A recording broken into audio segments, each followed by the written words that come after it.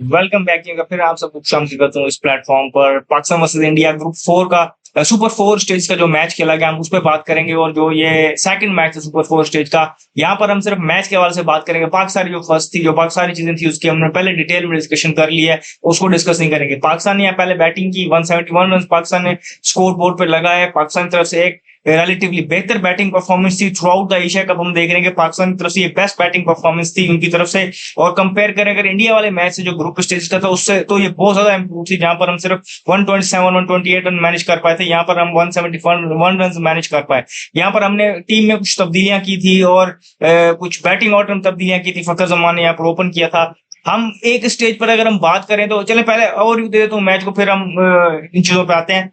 India जब chess करना है तो इंडिया ने ये टारगेट आसानी से चेस कर लिया 4 विकेट नुकसान पर, और अभी उनके पास 7 बॉलें स्पेयर में पड़ी थी। इस तरीके से इंडिया ये मैच 6 विकेट से जीत गया और सुपर 4 स्टेज का उन्होंने आगाज जिसे कहते हैं कि जीत से किया। और एक एट द एंड हम कहें तो सुकून वाली जीत थी, एक आसान जीत थी उनके लिए, तो इस तरीके से वो मैच जीत गए।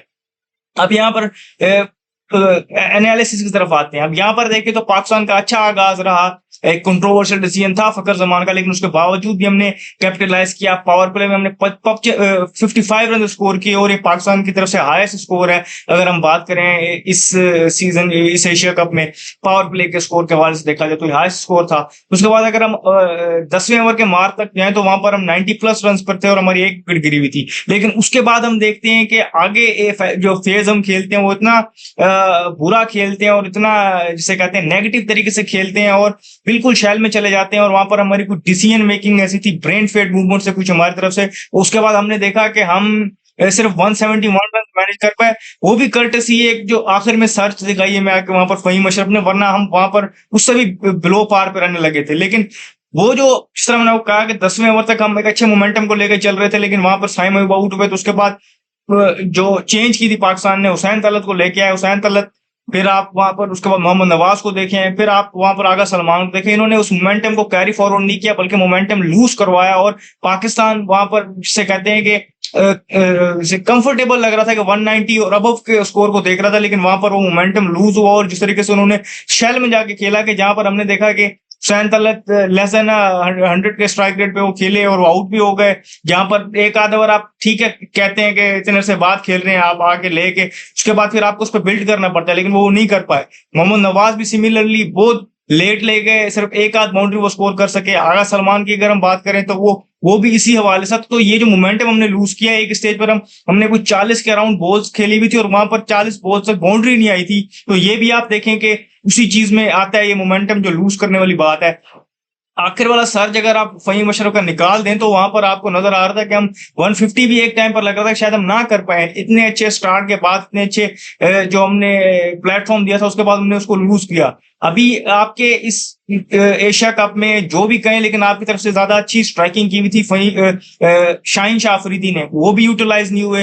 हारिस आपने खिलाए हुए हैं आपके, जिनको आप तेज खेलने के लिए खिलाया जाता है, जिनको तेज बैटिंग वैसे जाने जाते हैं, वो भी यूटिलाइज नहीं हुए। तो वो ऑप्शन आपने यूटिलाइज नहीं किया और आप एट द एंड आपने मोमेंटम भी लूज किया। तो समझ नहीं आई कि आपने बैटिंग ऑर्डर किस तरीके से खिलाया कि जहां पर आप एक आपने जिसे कहते हैं पोस्टर बॉय बनाया हुआ था आपने, जो आपने नई तरीके की क्रिकेट खेलनी थी वो थे आपके हसन नवाज। एक आध फेलियर के बाद आपने उनको बाहर कर दिया, उसकी जगह आप हुसैन तलत को लेके आए। उसकी परफॉर्मेंस भी लोगों को समझ नहीं आई कि ये क्या परफॉर्मेंस की उन्होंने, किस तरीके से खेले हैं। तो बैटिंग ऑर्डर किस तरीके से खिलाया और 11 की जो चेंजेस थी वो भी समझ नहीं आई। फिर अगर हम बॉलिंग की बात करें तो पहले 10 ओवर में इंडिया आपसे गेम ले गया जहां पर उन्होंने 105 के अराउंड कुछ स्कोर किया हुआ था और वहां पर वो आपसे गेम दूर लेके गए, जहां पर अभिषेक शर्मा और शुभमन गिल ने पार्टनरशिप लगाई हुई थी। फिर अगर हम बात करें तो वहां पर आपकी फील्डिंग भी कुछ ऐसी थी जहां पर आपने अभिषेक शर्मा को कुछ चांसेस दिए, कुछ हाफ चांसेस थे, कुछ क्लियर चांसेस थे। तो वहां पर अगर आप ऐसे बैटर को चांस देंगे और उसको कर्टेल नहीं करेंगे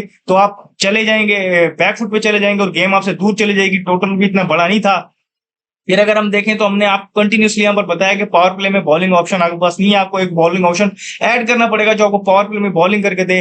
शाहीन शाह अफरीदी को भी हम ये कह के थक गए कि आपको अपनी जो रिवायती बॉलिंग छोड़ के आपको पिच को यूटिलाइज करना पड़ेगा। हार्ड लेंथ पे अगर बॉलिंग करते हैं आपने वो की नहीं, तो उसके बाद पावर प्ले वाली बॉलिंग और स्टार्ट के 10 ओवरों में आप बॉलिंग उस तरीके से नहीं कर पाए, तो इंडिया वहीं से आपसे गेम में बहुत आगे चला गया था। और उसके बाद अगर हम इंडिया की बैटिंग भी देखें तो इंडिया की बैटिंग भी कहीं ना कहीं उसके बाद से कहें कि इस तरह पाकिस्तान की बैटिंग थोड़ा सा शैल वाली चली गई थी या दूसरी, लेकिन इंडिया वो अफोर्ड कर सकता है क्योंकि वो टारगेट से जो चेस कर उनके सामने था, और उसके लिए वो जो पहली लीड लेनी थी वो लेके आ चुके हुए थे। अब उनके लिए महज एक फॉर्मेलिटी रह गई थी कि अब उनको कंटिन्यू करना है और खेलना है और पूरा करना है स्कोर। तो इस तरीके से उनके हवाले से यही चीज थी।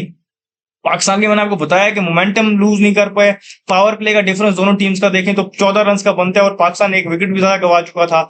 10 ओवरों के मार्क पर हम 90 आउट पर कुछ थे, वो 105 पर थे। और उसके बाद हम देखें तो हमने कहाँ से मोमेंटम छोड़ा, और हम तो टारगेट लगा रहे थे, खैर हमें तो और प्रोएक्टिव बनना था, लेकिन हमने वो अप्रोच नहीं की।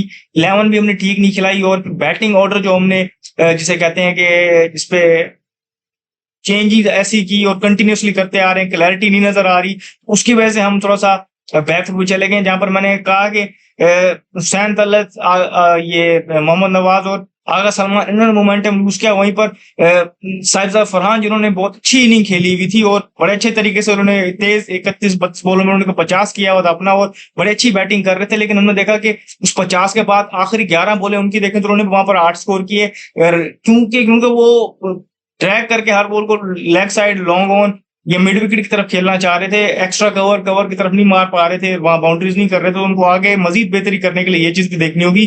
तो फिर बाकी तीनों के तो मैंने आपको नाम बताया जिन्होंने मोमेंटम नहीं कैरी फॉरवर्ड किया। तो यहाँ से यही डिफरेंस रहा कि पाकिस्तान और उनके अंदर के वो अपने मोमेंटम को कंटिन्यू करते गए, लेकिन हम नहीं कर पाए। तो जो भी फर्दर अपडेट्स होंगी हम आपको यहाँ बताएंगे। इस वीडियो में फिर उम्मीद दीजिएगा। शुक्रिया, अल्लाह हाफिज।